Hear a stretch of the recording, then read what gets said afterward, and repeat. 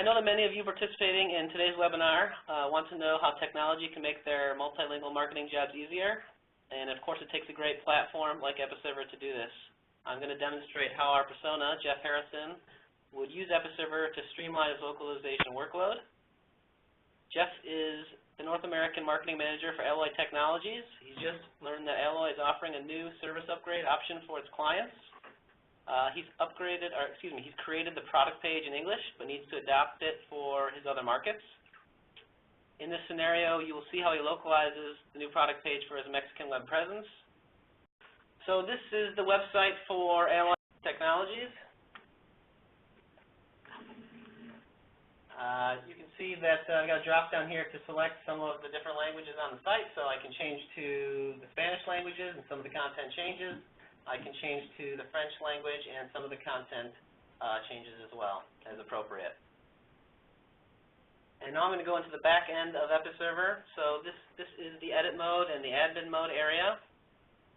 You can see the structure over here on the left, and this mirrors kind of the structure of the website, and we'll be working in that a little bit. Before going into the details of the scenario, I'm going to show you some of the key features in EPiServer that make managing multilingual content simple for teams of editors. So there's two aspects that you want to consider here. One is your content editors themselves, so they may be working in other regions, and they may want the content of the CMS user interface localized. And then, of course, your site visitors are extremely important. So if I go up here, I have my settings area, and this essentially lets me change the language for the CMS user interface itself. And there's several here that are just available out of the box, but really we can extend this with anything you want. If I change this to Spanish and just refresh some things a little bit, you'll see that the language starts to show up in Spanish. Pretty simple. And you could also base this on your browser preferences or something like that. I'm going to change this back to English.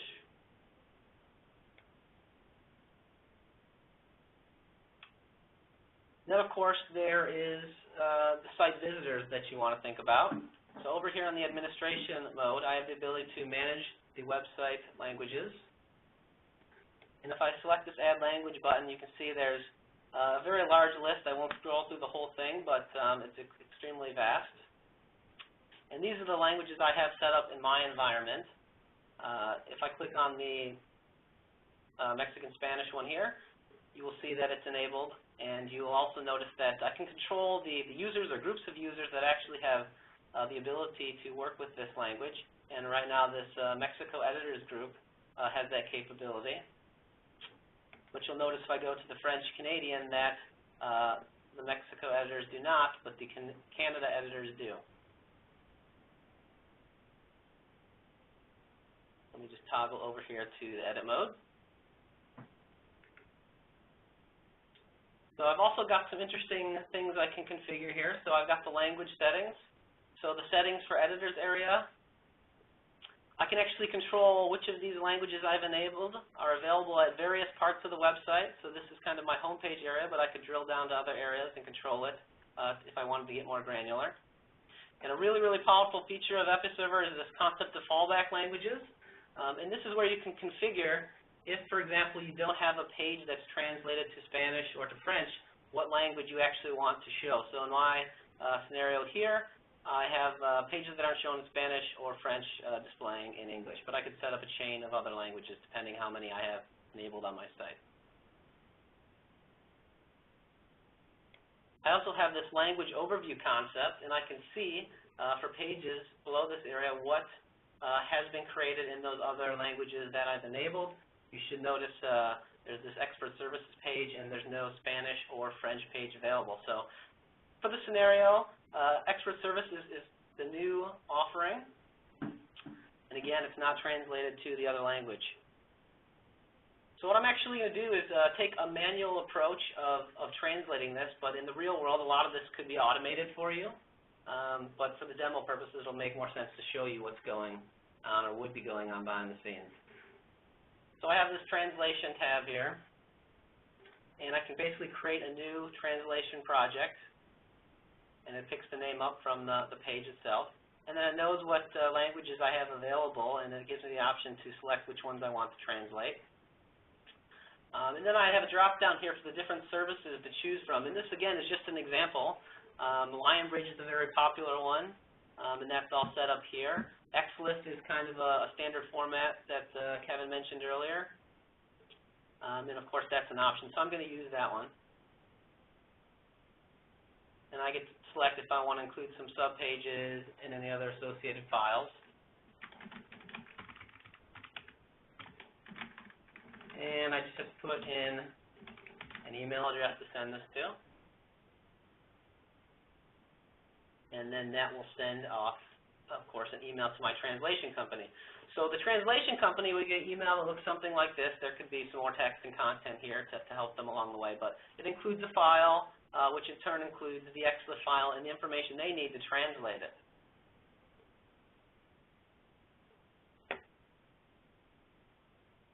And basically, so they would do the translation and send it back to the Ally company. They would, of course, define a process to upload that file at a later time. So once that file was made available, whether through email or FTP or whatever that defined process is, they could re-import that back into the system. So I've got an option to import here. And I would just navigate off to that file. And I've got some options if I want to create a new page or a new version, but I'm just going to create a new version. And then in this scenario, it could be published, but that probably wouldn't make sense. We want our regional people to have the chance to review this, so I'm just going to check this in, which doesn't publish it, but in the EPiServer world, it marks it as ready to publish, so it's kind of in a preview state. And you'll notice I have a versions tab here, and I can say show all languages, and what you'll see now is this Spanish page has shown up, the name has been translated, and it's in that ready to publish state that I mentioned earlier. And what this would effectively do is create a workflow process automated that would send an email to the regional managers that it was relevant to, notifying them to come and take a look at this page. In their My Task tab in EPiServer, they would also get a task created for them. And either by clicking the link in the email or by clicking the link on the My Task tab, it would take them right to that page, and you can see it here is translated to Spanish. EPiServer has an excellent feature here where you can do side-by-side comparison. So I could take a look at how these pages actually look side by side. I could also do some editing if I wanted to tweak some things and further localize them for my market. So for example, maybe I want to change out this image here, and of course that would be really easy to do. And then once the regional marketing manager was content with the changes that were made, they would of course publish that page.